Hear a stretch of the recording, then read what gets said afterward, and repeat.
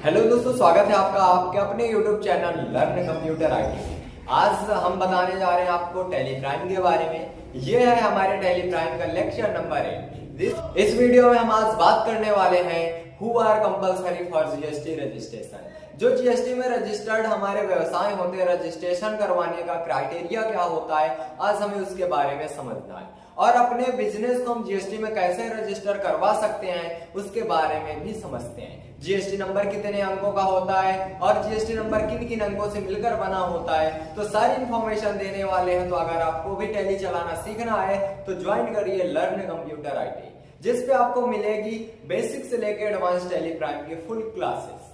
आपको सारे वीडियोस मिलेंगे, सारे प्रैक्टिकल के वीडियोस मिलेंगे। आपको बेसिक से लेकर एडवांस टैली की जानकारी देने वाले हैं और ये फ्री ऑफ कॉस्ट क्लास चलाई जाती है। अभी बेसिक से स्टार्ट हुई है क्लास, जाने वाली है एडवांस क्लास तक।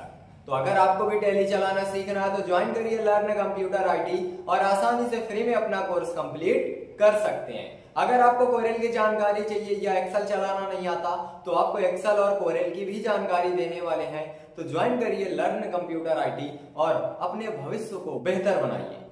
तो चलिए चलते हैं स्क्रीन पर और सीखते हैं टैली के बारे में। Who are compulsory GST registration, क्यों कंपल्सरी हमारा जीएसटी रजिस्ट्रेशन, और जीएसटी नंबर कितने अंकों का होता है, जीएसटी में रजिस्टर्ड कैसे करते हैं अपने व्यवसाय को। तो देर नहीं करते और चलिए स्क्रीन पर चलते हैं, सीखते हैं टैली के बारे में।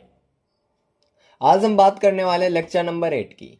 लेक्चर नंबर 8 पे हम क्या सीखने वाले हैं, तो जैसा कि इसके पहले वाले लेक्चर पे हमने सीखा था कि बिजनेस कितने प्रकार के होते हैं, बिजनेस के बारे में हमने फुल इंफॉर्मेशन दी थी। तो अगर आपको बिजनेस के बारे में नहीं पता या टैली का इंट्रोडक्शन नहीं पता तो आप इसके पहले के वीडियो जरूर देखिए।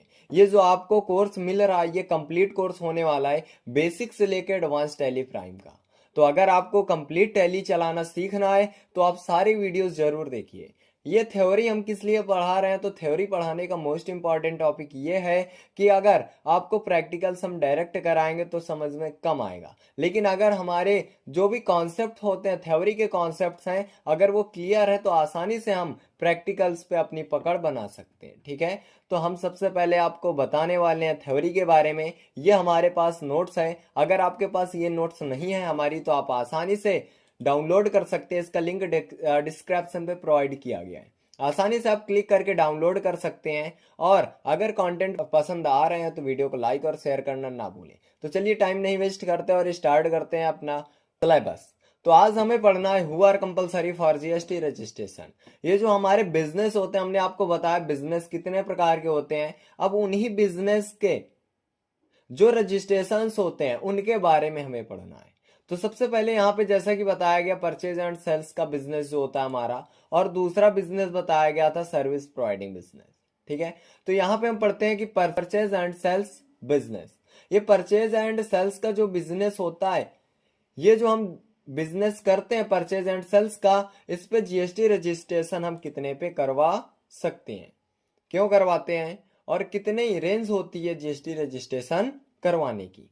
तो यहाँ पे बताया गया कि भारत सरकार के नियमानुसार, भारत सरकार के नियमानुसार, नियम के अनुसार जिन व्यवसायों की वार्षिक सेल कितनी हो 40 लाख, यहाँ पे एक क्राइटेरिया फिक्स किया गया है कि अगर हमारा जो बिजनेस है वो परचेज एंड सेल्स का बिजनेस है, परचेज एंड सेल्स की कैटेगरी का बिजनेस है, तो भारत सरकार के नियमानुसार बताया गया कि जिन व्यवसायों की वार्षिक सेल 40 लाख से अधिक है, ऐसे व्यवसायों को जीएसटी रजिस्ट्रेशन करवाना अनिवार्य है। मतलब यहाँ पे बताया गया जो हमारा परचेज एंड सेल्स का बिजनेस होता है, अगर हम कोई परचेज एंड सेल्स का बिजनेस कर रहे हैं और हमारी वार्षिक सेल का मतलब होता है एक साल की सेल 40 लाख से, टर्नओवर 40 लाख से अधिक का हो रहा है, तो हमें जीएसटी में अपने बिजनेस को रजिस्टर करवाना अनिवार्य है। अपने बिजनेस को जीएसटी में रजिस्टर करवाना अनिवार्य है।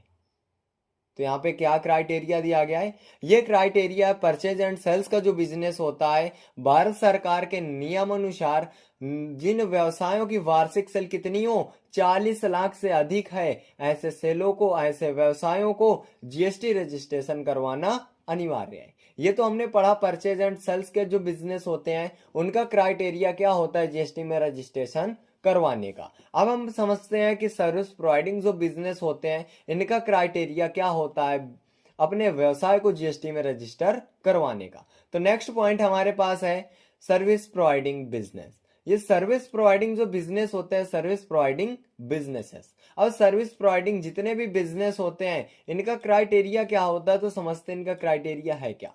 जिन व्यवसायों में एक वर्ष में 20 लाख से अधिक की सेवाएं दी जाती हैं, मतलब जैसा कि अभी ऊपर बताया गया परचेज एंड सेल्स पे क्या होता है, जिन व्यवसायों की वार्षिक सेल 40 लाख से अधिक होती है उनको जीएसटी में रजिस्ट्रेशन करवाना अनिवार्य होता है। तो उसी तरह जो सर्विस प्रोवाइडिंग के बिजनेस होते हैं, तो जो हमारे सर्विस प्रोवाइडिंग के बिजनेसेस होते हैं अगर इनकी एक वर्ष में की सेल कितनी हो 20 लाख, सेल्स का मतलब यहाँ पे हो जाएगा कि अगर हम 20 लाख से ज्यादा की 20 लाख से अधिक की सेवाएं दे रहे हैं, जैसा कि मोबाइल शॉप से हम सालाने के 20 लाख से अधिक के रिचार्ज बेच रहे हैं, तो ऐसे व्यवसायों को भी जीएसटी में रजिस्ट्रेशन करवाना अनिवार्य है।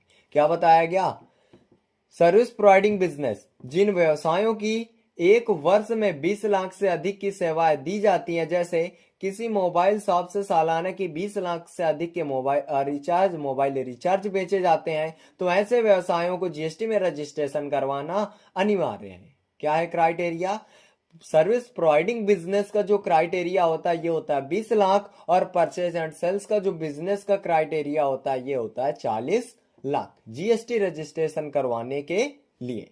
तो आई होप आपको परचेज एंड सेल्स का बिजनेस जो रजिस्टर करवाया जाता है इसका क्राइटेरिया पता चला होगा। और जो हमारा दूसरा बिजनेस होता है, बिजनेस का मतलब कि जो हमारे टाइप्स होते हैं बिजनेस के दो प्रकार के, दूसरा जो सर्विस प्रोवाइडिंग बिजनेस होता है इसकी रेंज क्या होती है, इसका क्राइटेरिया क्या होता है।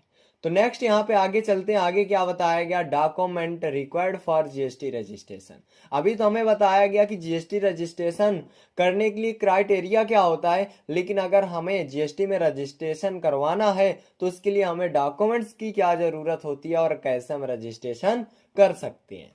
तो चलिए समझते हैं रजिस्ट्रेशन हम कैसे कर सकते हैं। ये जो हमारा कोर्स होने वाला है बेसिक से लेकर एडवांस अकाउंटिंग का होने वाला है, जिसमें हम आपको बेसिक से लेकर एडवांस अकाउंटिंग की जानकारी देने वाले हैं। टैली चलाना आसानी से हम सिखाने वाले हैं। तो आपको अगर कंटेंट पसंद आ रहा है तो वीडियो को लाइक और शेयर करना ना भूलें, और चैनल पे नए हैं तो चैनल को जरूर सब्सक्राइब कर लें।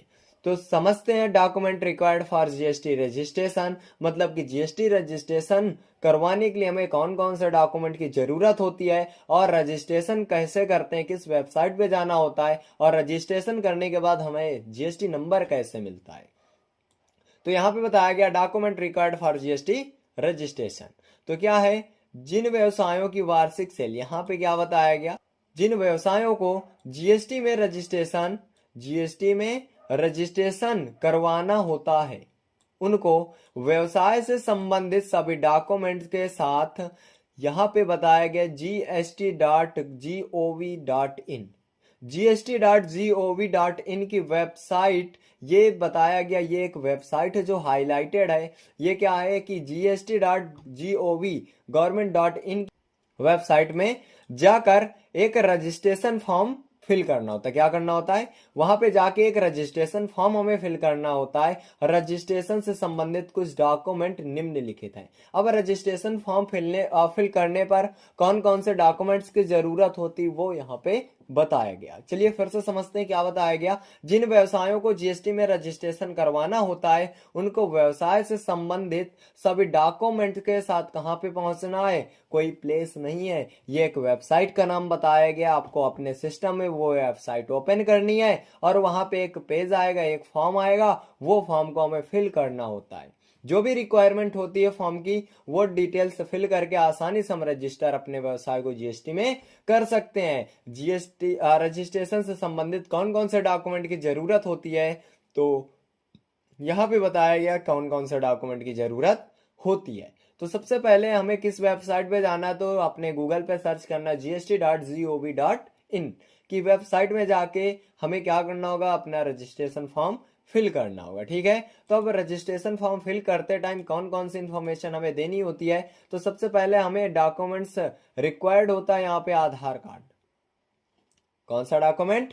आधार कार्ड। नेक्स्ट उसके बाद हमें पैन कार्ड की जरूरत पड़ती है। नेक्स्ट पासपोर्ट साइज फोटोज की जरूरत पड़ती है एंड बैंक अकाउंट की जरूरत होती है। नेक्स्ट मोबाइल नंबर की जरूरत होती है।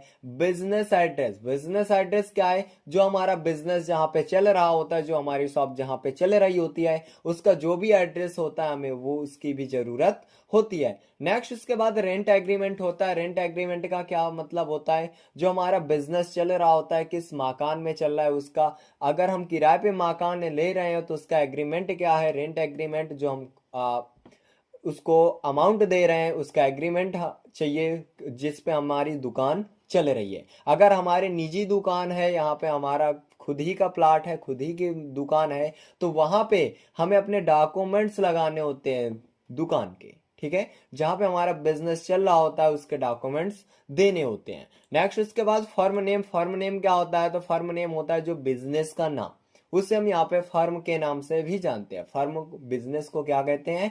फर्म भी कहा जाता है। नेक्स्ट उसके बाद हमें अपने बिजनेस का ईमेल आईडी भी जरूरत पड़ती है, ईमेल आईडी भी देना होता है। एब्स्ट्रैक्ट इतने सारे डॉक्यूमेंट्स के साथ हमें जाना होता है अपने जीएसटी को, जीएसटी रजिस्ट्रेशन करने के लिए। अब जाने के लिए करना क्या होता है? गूगल पे सर्च करते हैं gst.government. इनकी वेबसाइट पे जाना है और जो भी रिक्वायरमेंट है उनकी हमें वो डॉक्यूमेंट्स फिल करनी है। डॉक्यूमेंट क्या जरूरत होते हैं? तो हमने आपको डॉक्यूमेंट्स बताए कि ये डॉक्यूमेंट्स की जरूरत होती है। तो अब क्या होगा? डॉक्यूमेंट्स जैसे हम वहां पे फिल करेंगे तो उसके बाद होगा क्या?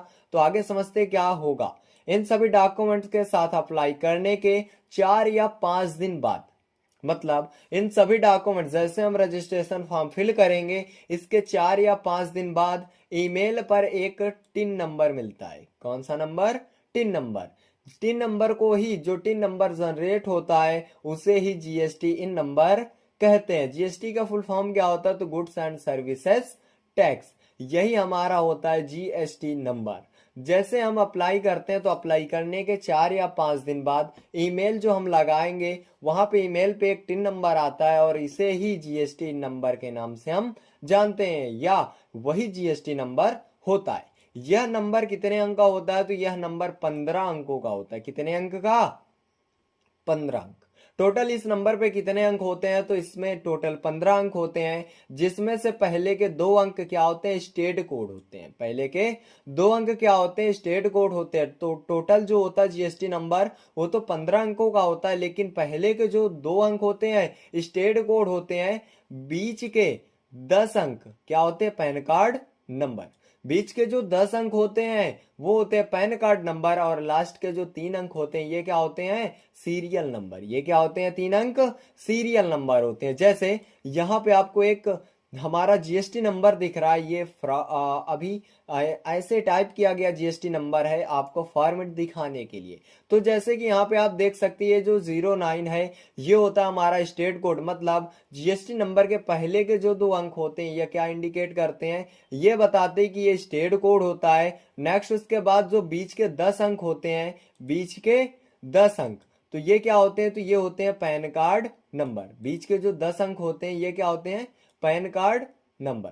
बीच के 10 अंक पैन कार्ड नंबर हो गए, तो लास्ट के 3 अंक क्या होते हैं? तो लास्ट के 3 अंक जो होते हैं वो होते हैं सीरियल नंबर। यही होता है हमारा जीएसटी नंबर। 2 अंक क्या होते हैं? 2 अंक, ये जो 2 अंक 09 शो कर रहा है ये होता है हमारा स्टेट कोड। उसके बाद ये जो 10 अंक होते हैं, 10 अंक ये होते हैं हमारे पैन कार्ड नंबर, और लास्ट के जो 3 अंक होते हैं ये होते हैं हमारे सीरियल नंबर। ये क्या होते हैं? ये होते हैं सीरियल नंबर। और जैसे हमारे स्टेट का, जैसे हम यूपी पे रह रहे हैं तो यूपी का स्टेट कोड दूसरा होता है, और हर अपने राज्य का स्टेट कोड जो होता है वो अलग अलग होता है। जैसे हम यूपी पे रह रहे हैं तो यूपी का स्टेट कोड होता है 09, हरियाणा का होता है 06, राजस्थान 08, दिल्ली जैसे 07 होता है, और भी जैसे महाराष्ट्र 27 होता है, उत्तराखंड 05 होता है। तो इसी तरह हर जगह का अपना स्टेट कोड क्या होता है? अलग अलग होता है। तो आई होप आपको स्टेट कोड के बारे में पता चला होगा और जीएसटी नंबर के बारे में फुल इंफॉर्मेशन मिली होगी। अगर आपके कोई डाउट्स हैं तो आप कमेंट करिए, हम उस डाउट्स पे आपको जरूर वीडियो बना के देंगे, उसका सॉल्यूशन हम आपको बहुत जल्द देंगे। तो आपके अगर मन में कोई भी डाउट्स है तो आप कमेंट करिए, उसका सलूशन आप पाइए, ताकि कोई भी डाउट्स ना रह जाए। आपको अकाउंटिंग सीखनी और एडवांस अकाउंटिंग की जानकारी लेनी है तो आपको हम बताएंगे जीएसटी के बिल कैसे काटते हैं, आईजीएसटी के बिल कैसे काटते हैं, परचेस कितने प्रकार की होती है। अभी तो हमने बताया बिजनेस के प्रकार कौन कौन से होते हैं और क्राइटेरिया क्या होता है जीएसटी में रजिस्ट्रेशन करवाने के लिए, और उसके बाद हमने बताया आपको जीएसटी नंबर के बारे में। तो अगर आपको टैली प्राइम आसानी से चलाना सीखना है तो आप सारे लेक्चर जरूर स्टेप बाय स्टेप करके देखते रहिए। अगर आपके पास ये नोट्स नहीं है तो आपको लिंक डिस्क्रिप्शन पे मिल जाएगा, आप क्लिक करके आसानी से डाउनलोड कर सकते हैं। जैसा कि देखा, नया हमारे पास जीएसटी टैक्स रेट आ चुका है, तो अब हम बताएंगे आपको जीएसटी का जो टैक्स रेट है वो किस आइटम पे कितना परसेंट लग रहा है। अभी इसके पहले कितना परसेंट लगता था और अब का बताएंगे कि अब कितना परसेंट लगेगा। तो अगला वीडियो होने वाला है जीएसटी टैक्स रेट पे। अभी हमने इस वीडियो के माध्यम से आपको बताया जीएसटी नंबर के बारे में और जीएसटी में रजिस्ट्रेशन कैसे करते हैं अपने बिजनेस को। तो आई होप आपको हमारे कंटेंट पसंद आ रहे होंगे। तो अगर कंटेंट पसंद आ रहे हैं तो वीडियो को लाइक और शेयर करना ना भूलें और ज्यादा से ज्यादा शेयर करें, ताकि हमें एक मोटिवेशन मिल सके और हम अच्छे से अच्छे कंटेंट आपको प्रोवाइड कर सकें। अगले वीडियोस आपको किस टॉपिक पे होने चाहिए आप कमेंट के बॉक्स में हमें जरूर बताएं। कौन सा सॉफ्टवेयर आपको चलाना नहीं आता, हम आपको बताएंगे कि कौन सा सॉफ्टवेयर कैसे यूज करते हैं और उस सॉफ्टवेयर का कहां पे यूज किया। जैसा कि आपने देखा कि हमने इस वीडियो के माध्यम से आपको बताया कि अपने व्यवसाय को जीएसटी में कैसे रजिस्टर करा सकते हैं, कैसे खुद कर सकते हैं, कौन कौन से डॉक्यूमेंट्स की जरूरत होती है, कैसे कहां पे हमें क्या करना होता है, सारी जानकारी हमने दी है। और जो हमारे बिजनेसेस होते हैं उनका क्राइटेरिया क्या होता है जीएसटी में रजिस्टर करवाने का, तो हमने सारी चीजें बता रखी हैं। अगर आपने वीडियो नहीं देखा स्टेप बाय स्टेप करके तो आप पूरा वीडियो जरूर देखिए, थोड़ा सा भी स्किप ना करिए। हो सकता है आपके स्किप करते ही कोई मोस्ट इंपॉर्टेंट इंफॉर्मेशन आपसे रह जाए। तो आई होप आपको ये भी वीडियो हमारा पसंद आया होगा। अगर वीडियो को पसंद आ रहे हैं, कंटेंट पसंद आ रहे हैं तो वीडियो को लाइक और शेयर करना ना भूलें और ज्यादा से ज्यादा शेयर करें, ताकि आपके दोस्त लोग भी आसानी से फ्री में अकाउंटिंग सीख सकें। तो चलिए मिलते हैं अगली नई क्लास के साथ।